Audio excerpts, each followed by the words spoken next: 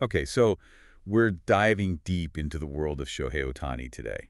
You know, this guy, the two-way baseball phenom. Two-way phenom. That's an understatement. Seriously, we've got this book, Shohei Ohtani Baseball Two-Way Phenom by Zhang Yujin, and it's seriously fascinating. Oh, yeah. This book is packed with insights. It takes you all the way from his childhood in Japan to his, well, kind of exploding onto the scene in MLB. Exactly. We're talking about understanding what made this guy so incredibly successful. Like, what were the key factors, the influences, the surprising things that maybe people wouldn't expect. And it's more than just the typical sports bio, It's not just about games and stats. Right. It's about the forces that shaped him. And one thing that struck me right away was the book includes these forewords by all sorts of people, not just sports figures. Oh, yeah. I loved that. Like, we've got a teacher talking about Ohtani as an example for their students, how to set goals and achieve them. Then you've got this baseball commentator who practically calls him an alien sent to, like, experiment with baseball. Right. And then there's a leadership expert who sees him as this blueprint for unlocking potential, like he's some kind of case study in human achievement. So right from the start, you get the sense that we're dealing with someone completely different, right? Totally. And even other players, top guys like Vladimir Guerrero Jr., they joke about him being from another planet. Manny Ramirez called him a Martian, I think. It's wild, isn't it? And I think that's a big part of what we're going to unpack here. Why does he evoke that reaction? What is it about this two-way dominance that makes people say those things? Exactly. And to understand that, we need to rewind, right? We need to go back to his childhood in Iwate, Japan, follow his path through high school, his time in the Japanese professional leagues, and then, of course, the jump to the Angels. Which is a huge story in itself. But the bigger picture, and I think what's going to be most interesting for anyone listening, is what can we learn from all of this? Yeah. It's like we're trying to decode the recipe for this kind of success, right? It's clearly not just talent. It's the environment, the choices, the mindset. Right, the whole package. So we'll be looking at his family, his coaches, this really interesting ability he seemed to have to learn just by watching other athletes. It's amazing. It is. And if we can identify those core principles, maybe, just maybe, there's something in there that can help anyone listening who's striving for their own kind of excellence, in whatever they're passionate about. So let's go back to the beginning. The book really highlights how important his family was right from the start. Oh, absolutely. This wasn't just a family that happened to have a kid who was good at baseball. They were active participants in shaping him. Both his parents were athletes themselves. His dad, Toru, played amateur baseball, and his mom, Kyoko, was a national-level badminton player. Which, right there, tells you something about the genes, right? Like, athleticism was definitely in the mix from day one. For sure. But the book goes deeper than that. It's not just about genetics. It's about the environment that kind of athletic background creates. Yeah. You can just imagine, right? Growing up in a household where discipline, commitment, pushing yourself, like those things are just part of the everyday conversation. Totally. And for anyone listening, think about that for a second. Like the power of those unspoken expectations, the kind of lessons you absorb just by being around people who have that mindset. It's huge, right? And the book dives into Toru's own baseball journey, which I found really interesting. Oh, me too. So he almost went pro, played for a corporate team, and then made this decision to prioritize family and move back to Iwate. Seems like a big turning point, not just for him, but for Shohei's whole life. Absolutely. It makes you think about those forks in the road, those moments where your values really get tested, right? Yeah. And his choice, it suggests a belief system where personal connection, family, that stuff came before maybe chasing the big dream. It makes you wonder how that influenced Shohei's own outlook. Totally. And then you've got Kyoko, his mom, who had to adapt to a new environment herself. She moved from a city to a more rural area when they settled in Iwate. Right. So it wasn't just Shohei who had to adapt and be resilient. It was woven into the family fabric. Exactly. And you see that intentionality in how they name Shohei. The book points out they took inspiration from this legendary warrior Minamoto no Yoshitsune. Yeah, and then they combined that with the character for Sor. It's like they were embedding this idea of strength and rising above challenges right into his name. Powerful, right. And the way the book describes their family life in Mississauga, it really adds to that feeling. Like they were this super close-knit unit. Everyone hung out in the living room instead of retreating to separate rooms. Yeah, it was their central hub, their space for connection. Hmm. And those little details, they paint a bigger picture of support and a really strong foundation. Absolutely. And speaking of foundations, we have to talk about this second son legend thing. Right. This was so interesting. The book mentions this observation in Japan that a lot of super successful athletes are second sons. They list all these huge names like Sadaharu, Shigeo Nagashima, Ichiro Suzuki, Hideki Matsui. Yeah, and obviously Shohei fits right into that pattern. Yeah. So what's the deal with that? Is there something about being a second son that gives you an edge? That's the question, right? And the book offers a few ideas. One is that maybe second sons are just naturally more competitive because they're always trying to keep up with an older sibling. Yeah, that makes sense. You're always looking up to someone trying to match them or even surpass them. And then there's the idea that maybe they have a bit more freedom, like the parents aren't quite as focused on them compared to the firstborn. Right, less pressure, maybe more space to experiment and figure things out on their own. But I also thought, could it be that you learn by watching your older sibling go through stuff? Like you see their successes and failures, and it shapes your own approach. Ooh, I like that. It's like a vicarious learning experience. And for anyone listening, think about that. Have you ever learned something really valuable just by observing someone else's journey? It's a really interesting thought. And speaking of observing and learning, the book talks about how Shohei, even as a young kid, was constantly imitating his older brother Ryuta, who also played baseball. Yeah, he had that built-in role model right there, someone to look up to try and emulate. Yeah, and it wasn't just Ryuta. The book mentions this story about Hideki Matsui as a child breaking a window with a metal bat after a disputed home run. Oh, yeah. Talk about passion, right? It shows this incredible intensity even at a young age. Like baseball wasn't just a game, it was serious business. Seriously. And for Shohei, Matsui was a huge influence. He even copied his batting stance. That's how much he looked up to him. It's like that idea of finding heroes and modeling yourself after them. It's a powerful thing. But what's really interesting is Shohei didn't just copy baseball players. He took inspiration from all sorts of athletes. Yeah, the book mentions how he'd mimic the flexibility of golfer Ryo Ishikawa and how that actually helped him increase his pitching velocity in high school. Isn't that wild? It's like he was taking bits and pieces from different disciplines and integrating them into his own style. Like he had this amazing ability to observe, analyze, and apply. For anyone listening, think about that for a minute. What can you learn from people outside of your usual circle? Like what unexpected inspiration is out there? It's a great point. You never know where that next breakthrough idea might come from.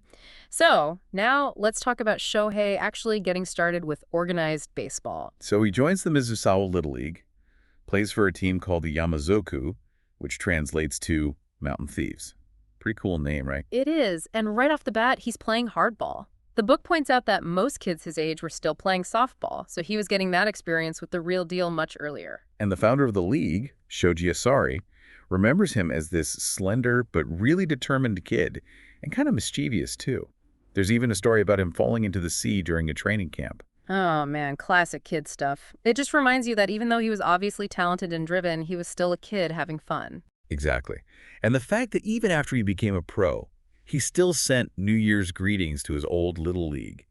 It shows he never forgot where he came from. It does. A lot of respect for his roots. And of course, we can't talk about those early years without talking about his dad, Toru, who was also his coach. Yeah, Toru was super dedicated. The book talks about how he wanted to be more involved with Shohei's baseball than he had been with his older son, Ryuta. Yeah. So he went all in, even though he had a demanding job at a car manufacturing plant. Imagine that. Working a full-time job, then coaching, dealing with practices, games, travel. It speaks volumes about his commitment. Yeah. And for anyone listening who's a parent, think about the impact of that kind of involvement on your kids' passions. It's huge, right? Like just showing up and being there consistently.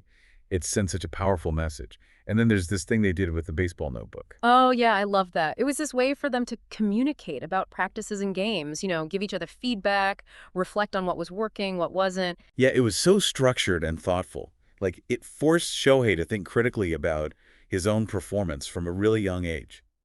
And it wasn't all baseball all the time, right? They made a point of keeping those deeper conversations separate from their everyday interactions. Right. The book mentions how they had this agreement to talk more casually about baseball during bath time, so it's like, okay, now I'm dad, not coach. It shows a real awareness of the different roles, right? Like, they understood the importance of boundaries and keeping things balanced. And here's another interesting tidbit. Shohei actually started as a right-handed hitter. Really? I didn't know that. Yeah, he switched to left-handed to copy his dad. That's a pretty big thing to change, especially when you're young. Wow. It shows how much his dad was a role model. Yeah. It wasn't just about instruction. It was about wanting to be like him. So we see this strong foundation being built, both in terms of his skills and his character. And now we moved into part 2, where the book really digs into how that foundation contributed to his development as a two-way player. And one thing that stands out right away is that he wasn't just a baseball kid. He played multiple sports growing up. Exactly. He was encouraged to try all sorts of things. He played badminton, probably influenced by his mom's background, and he even learned to swim. Yeah, and he was good at it, too. A childhood friend remembers him being as fast as older kids in the pool. Apparently, he even won a bronze medal in a local swimming competition. That's impressive. It just shows you how being involved in different sports, even if they're not your main focus, can help you develop overall athleticism and coordination. Totally. And for anyone listening, think about that. Like, are there activities outside of your main passion that could actually benefit you in unexpected ways? It's a great question. Yeah. But ultimately, for Shohei, it always came back to baseball. It was where he felt the most confident, the most engaged. Yeah, the book quotes him saying that while he enjoyed badminton and swimming, baseball was what truly captivated him. And that's such a crucial point, the power of intrinsic motivation. Right. It wasn't about pressure from his parents or coaches. It was about a genuine love for the game.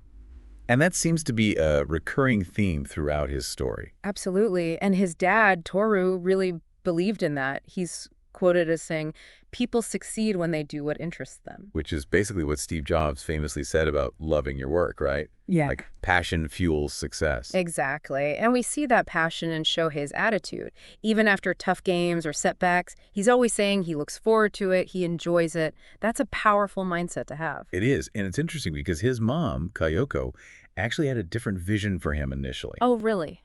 What did she have in mind? She imagined him as an outfielder. She thought pitching was too lonely.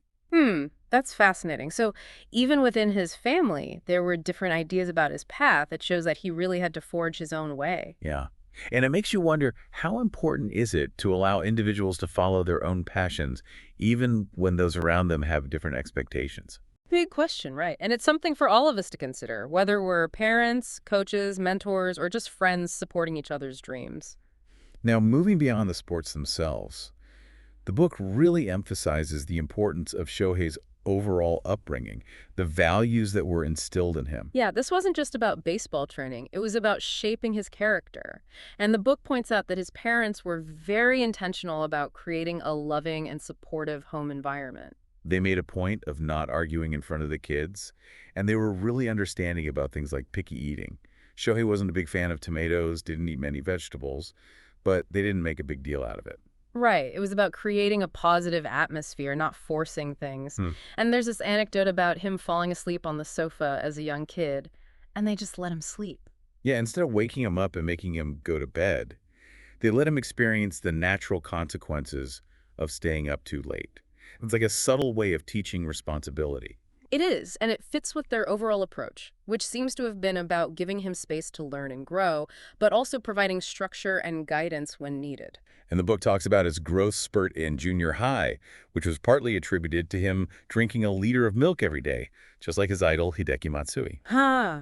So even his diet was influenced by his baseball heroes. It's amazing how these little things can add up. It is. And underpinning all of this was this idea of a growth mindset, right?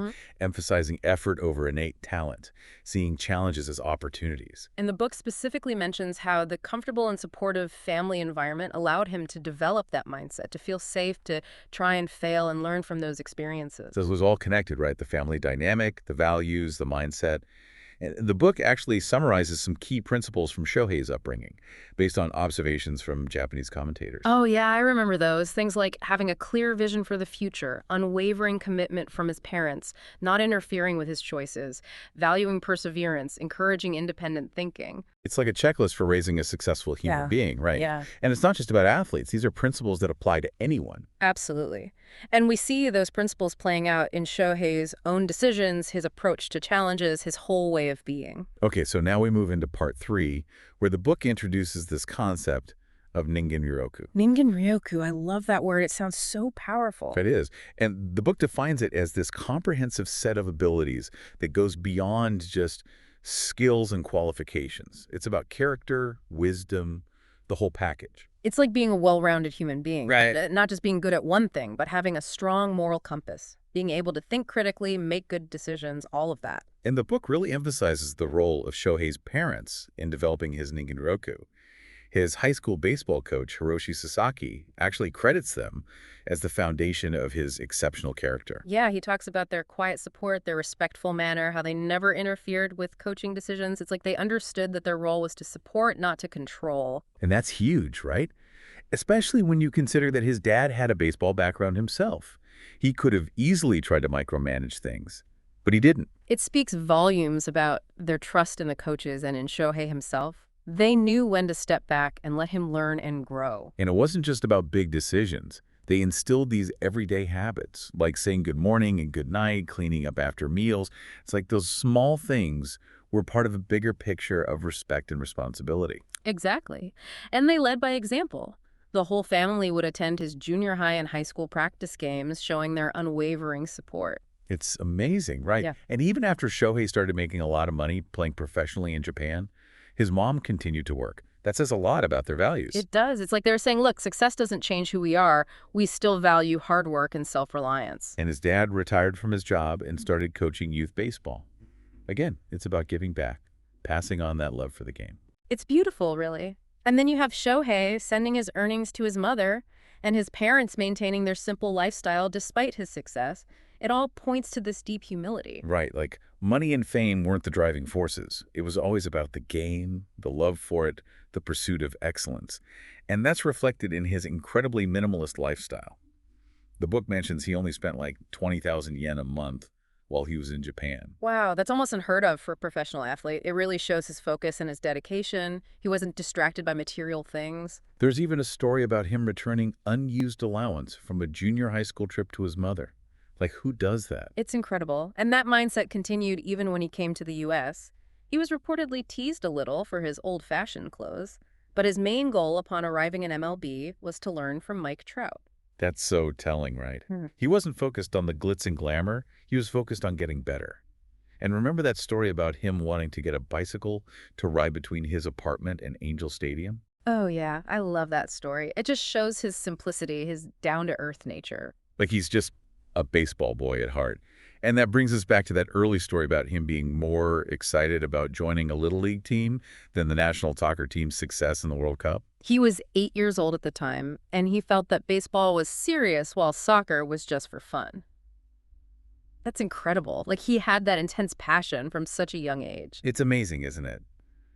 And as we reflect on his journey, I think it's clear that his talent is just one piece of the puzzle. Yeah, it's interwoven with his upbringing, his values, his work ethic, that human power that we talked about. It's all connected. From imitating his older brother to exploring different sports, from the guidance of his dedicated coaches, especially his dad, to the unwavering support of his parents, every step along the way seems to have contributed to the player he is today.